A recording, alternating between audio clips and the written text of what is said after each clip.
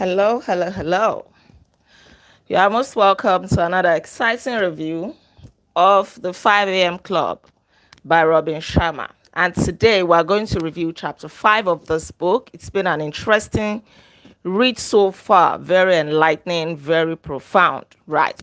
Chapter 5 is titled A Bizarre Adventure into Morning Mastery. We are talking of the 5 a.m. club. How can you also get into this morning routine? How can you gain mastery of it to elevate your life?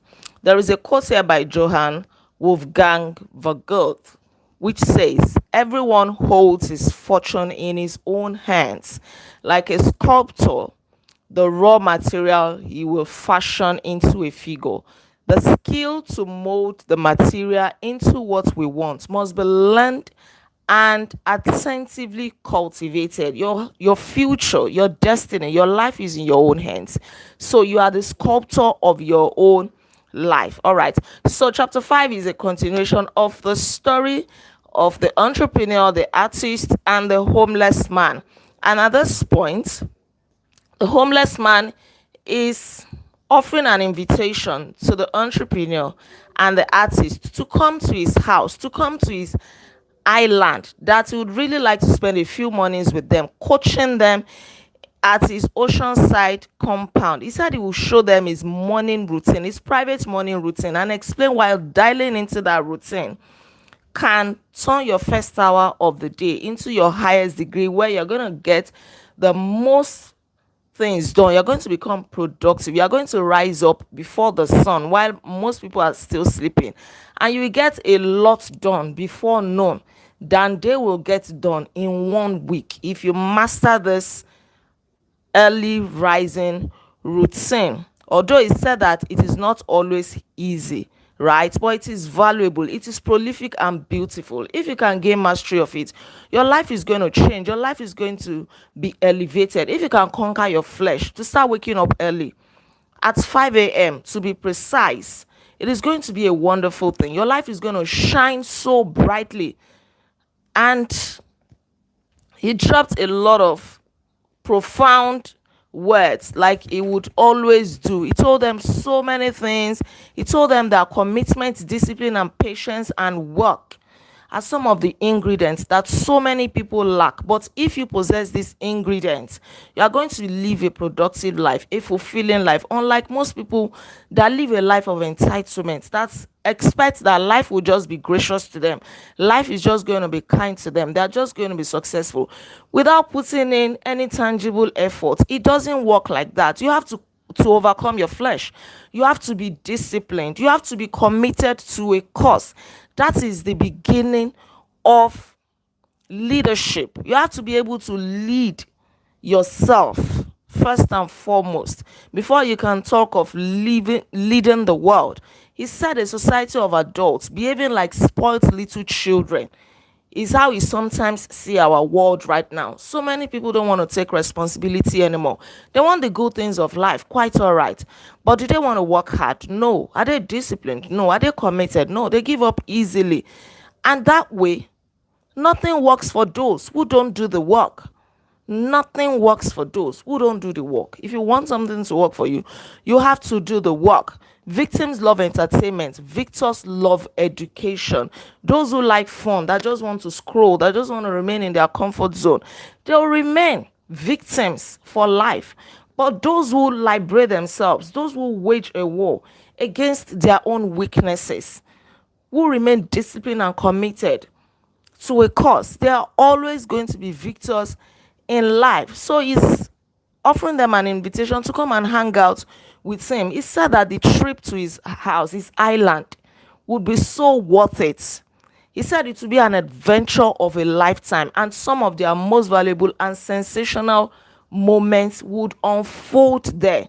He said they should take this walk with him. He would teach them everything that he knew about a world-class morning ritual. It would help them to become members of the 5 a.m. club. I hope you want to become a member of the 5 a.m. club as well. You will learn to rise early, and it won't just be a one-off thing for you. You will learn to rise early regularly every day until it becomes your second nature. And by noon, you would have gotten a lot of work done that most people will get done in 1 week. You would not only get work done, you would optimize your health, your happiness, your peacefulness, your relationships. And there's a reason so many of the great achievers of the world get up before the sun. It is because it is the most special part of the day. So he promised them that he was going to explain all of these things to them. And if they master the art of waking up early at 5 a.m., it will not only bring more money to their pocket, it will also help them to gain mastery of humanity, philanthropy, to experience personal freedom, even to experience a great level of spirituality.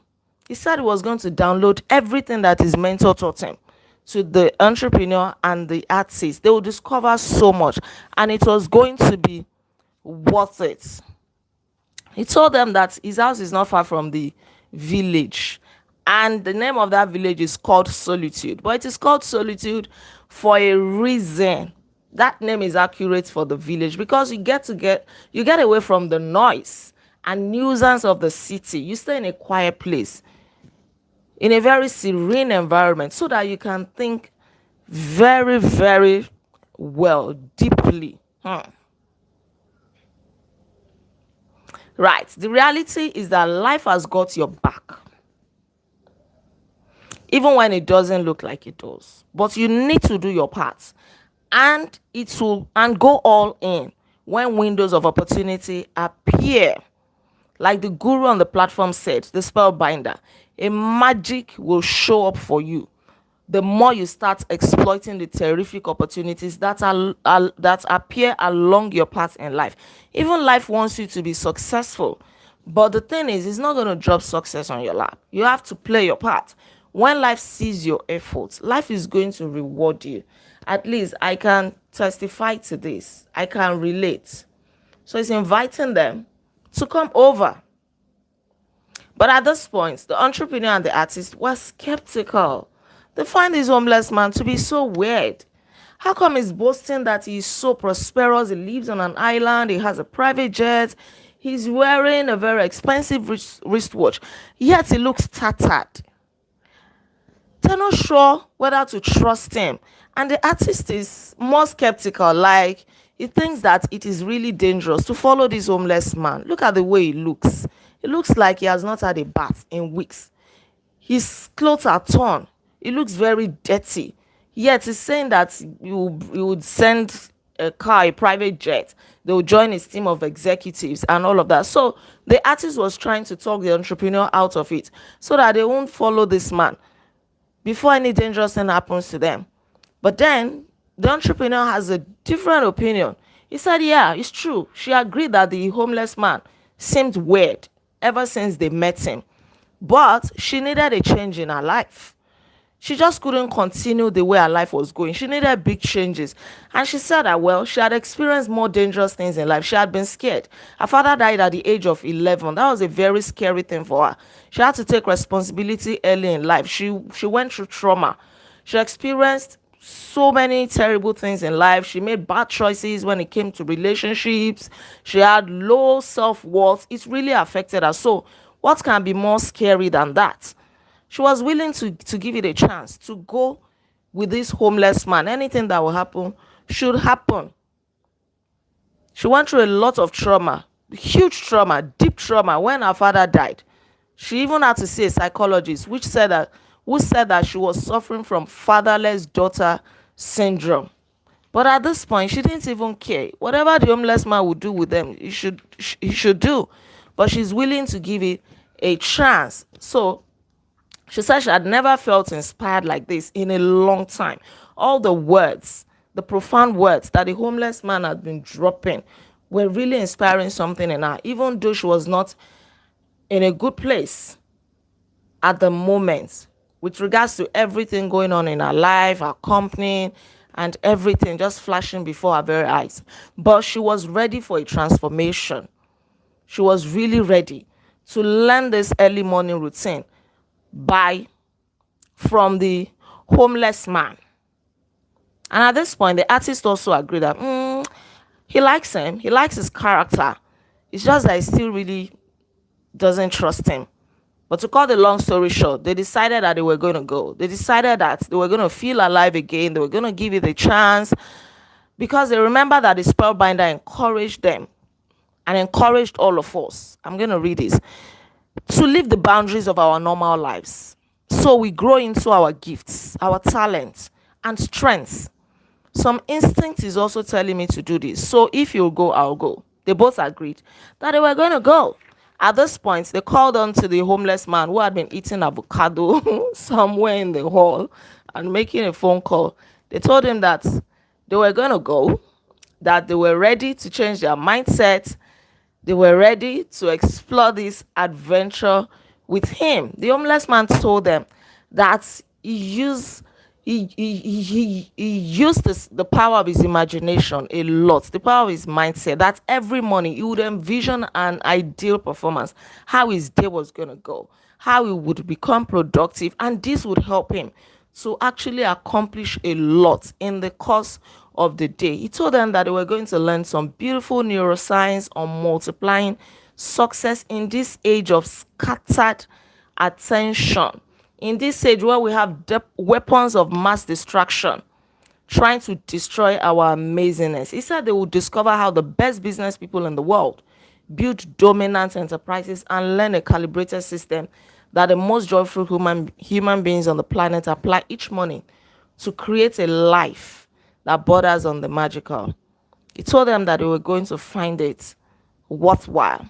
So they decided that they needed it. They needed to go. He should teach them everything. In fact, they specifically begged him that he should teach them everything that he knew.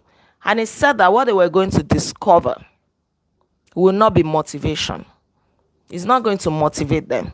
That they are going to discover, they are going to experience transformation. So it's not just going to be words. Their lives were going to be changed. This transformation will be backed up by data, by statistics, by real stories, by testimonies. It was going to be real. They should get ready for their greatest adventure. So he told them that they should go home, pick a few clothes, nothing more than that, because all expenses will be on him. They should be prepared to spend a few days with him, because what he was going to teach them was not going to it won't be something that they would learn in a day. So they should go and pick a few clothes, nothing more. They didn't need money or anything. All expenses on him, enjoyment. They would even be able to swim, have a lot of fun on his island, swim with the dolphins, experience a beautiful life. So they agreed that they should meet in front of the conference hall by the next morning at exactly 5 a.m. He told them that one of the biggest lessons that he had learned over the years is that giving to other people is the gift that you give to yourself. When you give to other people, when you raise the joy of others, you would even get more joy. You will experience more joy. Be a person that is generous. Be given to generosity, not scarcity, because all that matters on your last day on earth is the potential that you have leveraged, the heroism that you have demonstrated, and the human lives that you have graced. So he ended with these words, and they all agreed once again that they should meet in front of the conference hall the next morning at 5 a.m. This is the end of chapter 5. And in chapter 6, we're going to continue the story. And they truly went to his island. He sent a Rolls Royce to come and pick them up. They were shocked. Right. Let me not let the cat out of the bag yet. We're going to continue tomorrow by God's grace. Don't forget to like this video, share your comments with me, and please subscribe to this channel in case you are yet to subscribe. I'm Menolade Agbaje, also known as First Lady, and on this channel, I inspire you to live intentionally. Come together again tomorrow by God's grace as we continue the review of the 5 a.m. Club by Robin Sharma. Take care and be intentional. Bye-bye.